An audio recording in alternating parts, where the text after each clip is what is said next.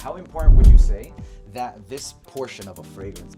We have to find the own signature of the fragrances. And I swear to God, I go to them asking, what fragrance are you wearing? So with that being said, what in your opinion, I think osmanthus is used very low right now in the West. I find it really interesting that to know what the next big trend is, especially for you guys, one of your most... Today we fast forward to the future of fragrance. Why don't you guys come along? Hey, what's up, man? Oh, am I ready to start? Yeah. I'm ready to Look start. who's here. What's up, man? How are you? Good? Good to see you. Hey, Ashiq. So who is this? Yes. Sorry, right this way, please. In the lab, and we're here with Carole. Carole. Hi, my name is Shin. I'm also a perfumer. Nice to finally get to have this opportunity to show the world what goes on behind the scenes in the world of perfumery. Before we even go anywhere, I'm dying to know this, and I know a lot of people in the comment section are too. Tell them the truth about how you study performance and longevity. Is it a study? Of course, pay attention of the performance, and to evaluate the performance, we smell the perfume in different time in the day.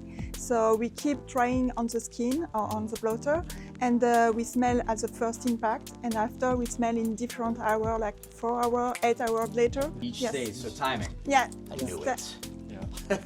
But it's all about timing and see the evolution of the fragrances, and if it stays longer on the skin or the blotter, to evaluate the CH and the performance. Okay, so you said timing, so this means that you segment it. So you study the opening, you study the mid, Yeah. and then you study the dry down, if I'm not mistaken. Yeah. How important, how critical do you think this is to a final product or a final fragrance, I should say, right? How important of a portion of the creation is this? Because each stage is important. For the consumer, when he's just opens the bottle and smell, he would like to have the first impact, but it's important what is stay on the skin also, and during the day, what we can smell. We have to find the own signature of the fragrances and to see the CH. So Shin, how important, I hope I said that correctly. Yeah. How important would you say that this portion of a fragrance, like longevity and the performances, in the overall project, is there ever a time where you would say, oh, it's okay, it's not going to be... I think one of the Yeah, most important and critical parts. And then I hope Fragrances that don't last, just leave them. No. It's not good. Yeah, but it's one of the most important criteria for sure. Yeah, agree. So with that being said, what in your opinion really makes a successful fragrance? Being that we've already established longevity and performance, what would you say else contributes? For me, it's there to be a good signature, a unique signature that gives to the perfume the identity of the perfume. And so, of course, the diffusion and the performance makes the difference also at the end, to buy again and again, that we would like to smell the fragrances again and again. And Shin, what would you say? I totally agree with what Carole was saying, but also in addition to her comment, I would say the signature, right? But it's something like unforgettable. You remember, you cannot forget, and also something addictive, which means it doesn't mean it needs to be sweet or something, but it's something that you want to smell again. Okay, so very interesting. So you're actually working on a brief that Ashiq and I gave about guava. Yes. Run us down through some of the key points that we focused on with this guava fragrance, right? For the guava, I thought to make a realistic guava. It's unseen in the market. Yeah. So I thought to make it next level, a rich guava. And he did exactly that. Yeah. So then you would say that this heart would be more of a chocolate? Yeah, chocolate and also woody patchouli note as well. Yeah. Because I know there's a crap ton of vanilla and a lot of boozy spice, but the chocolate really shines. Yeah. Really. So tell me, what do you think is going to be the next big trend in fragrances? It's the summer fruit like peach, apricot, something very playful. And I would like to have the osmanthus on the new trends, because I think this raw material is very multifaceted with the fruit, floral, but we have also leather undertone. So it will be, I think, very interesting to see. Very interesting. I think osmanthus is used very low right now in the West, but I know a lot of Middle Eastern perfume, they'll use it sometimes, the apricot smell, Yes. the earthy. Which facet of that do you enjoy the most about osmanthus? Why that note specifically? Yeah, because it's very fruity, so for me it's very playful, and it's also can blend with a lot of different facets, like floral, like leathery, and so it's something that it's interesting to play with. Very interesting. Yeah. What would you say would be like the... I'm gonna talk about more like olfactive category. Let's say like a lot of gourmand fragrances okay. is like we can find, right? Yeah. The sweet note or something like. I guess we will see more the different types of the taste, like flavor inspired fragrances Okay. as well, and also not only the dessert or sweet ones, but also something like exotic fruits, something Yes. like unusual fruits Yeah. Yes. that maybe it's not common for Western or even Yeah. like in this region, but yeah, something unique fruits. Very interesting Yeah. you say that. I think it was a couple months ago I went and there was one fragrance or concept which was like something blending the old with the new, and dragon fruit was one of the things, like Yeah. dragon fruit cocktail. And Exactly, Yeah. like pitaya, dragon fruit, so something very exotic and differentiated from what we see currently. Yeah, very interesting because it is. It's true because like I'm sure you would agree that the fruity is really in right now, but now blending exotic with fruity, that's very interesting. Are you Yeah. working on something potentially with osmanthus? Yes, Yeah. I'm already working on the facet, and I will be Awesome. happy to share with you. And I think even over time, the acceptance for more like guava, banana, you even now see Yeah. banana. This was never a Yeah, thing. yeah. I think it's not easy to use banana in the fragrances because Yeah. you can have some candy connotation, so something very edible. But I think in terms of execution, we can see now some Yeah. like Bananatopia, some fragrances that execute well the banana, and Yeah. so we are more and more accepted in the fragrances. I'm not sure exactly which fragrance it was, but it was banana with orange blossom and the whole, fabric style, the musky aldehydic. It was a really beautiful taste. I never would have imagined people would want to wear it like guava or mango or...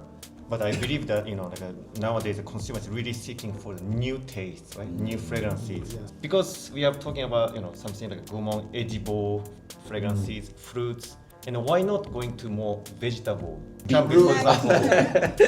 Yeah, I but don't no, think- it's a real thing. Like cucumber, Yeah. there's a couple of fragrances. I'm sure a lot of people know what I'm talking about. But when you go into the hotel and you see the big jug of water with the slices of the citrus fruits, the cucumber, there's Yep. a fragrance that I know of. That's exactly what I refer to. It smells fantastic. Yeah, because it blends well with the fruits, of course, in fruit juice, mixed juice, and something like a refreshing, right? Exactly. So maybe I can Blended with a introduce- little bit of vetiver, Sounds very beautiful. Yeah. Awesome. I find it really interesting that to know what the next big trend is, especially for you guys, one of your most important things is to know and foresee kind of the trends and where it goes. So I'm sure you study not just the market, but also these notes. And aren't we working on something with guava as well? Yes, of course. A more feminine approach to fragrance, correct? Yes. And this is something that we have been going with for perfume that's marketed more so for women in that approach of guava. But that leads me to another interesting take as to, and I'm sure a lot of people wonder this, do you consciously segment when it comes to male and female perfumes? And if so, how would you? I think it's a very cultural thing, so to apprehend feeling of feminine fragrances. Yeah. So for me, what is interesting is to feel consumer-like in the region, to know more about the trends, to understand the trends, and to be fragrances that I could see age in performance. And I'm not thinking about feminine and masculine. And I Okay. think also in the region, in the Middle East, we saw a lot of unisex fragrances. So I think the line is very more blurred. Between both, because men can wear feminine fragrances and vice versa. So I think it's something that the line is more blurred. I think you said something that illustrates it. Culture defines it.